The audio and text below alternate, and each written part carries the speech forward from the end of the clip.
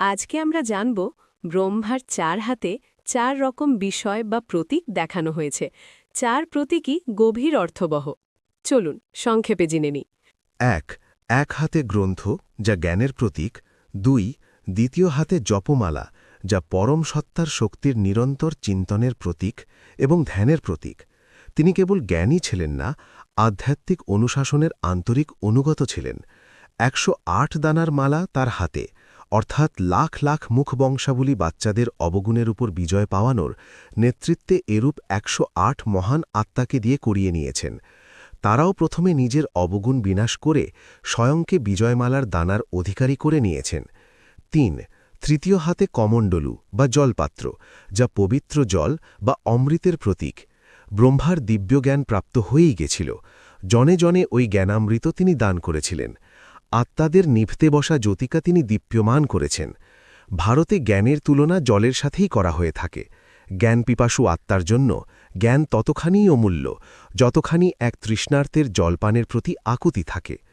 ৪ চতুর্থ হাত অভয়দানের মুদ্রা, যা প্রকাশ পায় তিনি স্বয়ং নির্ভীক, তার আধ্যাত্মিক সিদ্ধি করায়ত্ত এবং তিনি অন্যকে বরদান দিতে সক্ষম। ব্রহ্মার সুবর্ণ মুখমণ্ডল।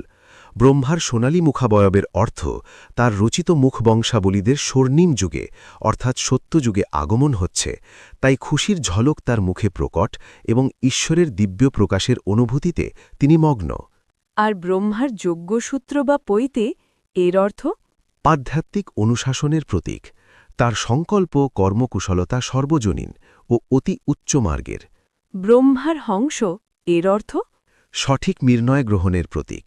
হংসের শ্বেত বর্ণ শুদ্ধতার প্রতীক। ভারতের আধ্যাত্মিক মার্গের পরম্পরা অনুযায়ী পবিত্রতা ও আত্মসচেতনতার উচ্চ অবস্থা প্রাপ্ত হলে সাধককে পরমহংস বলা হয়।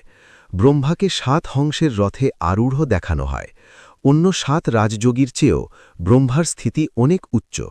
আর ব্রহ্মার বসার বিশেষ মুদ্রা তার বসার মুদ্রায় প্রমাণ হয় তিনি অতি উচ্চ মার্গের আধ্যাত্মিক ব্যক্তিত্ব। রাজকীয় বসার ভঙ্গি। বসার এই মুদ্রায় প্রকাশ পায় বিশ্বের সাথে তার সক্রিয় এবং বিবেকপূর্ণ সম্পর্ক ছিল। তার ভাবনা ছিল অবিচল, স্থির, কর্মমুখী, বিশ্বকল্যাণের। আজকে এখান পর্যন্ত রইল। আগামীকাল জানবেন ব্রহ্মার শ্বেত বস্ত্র, মুকুট এবং কমল আসনের অর্থ কী। তাহলে চ্যানেলে সাবস্ক্রাইব করে বেল আইকনটি অন করে রাখুন।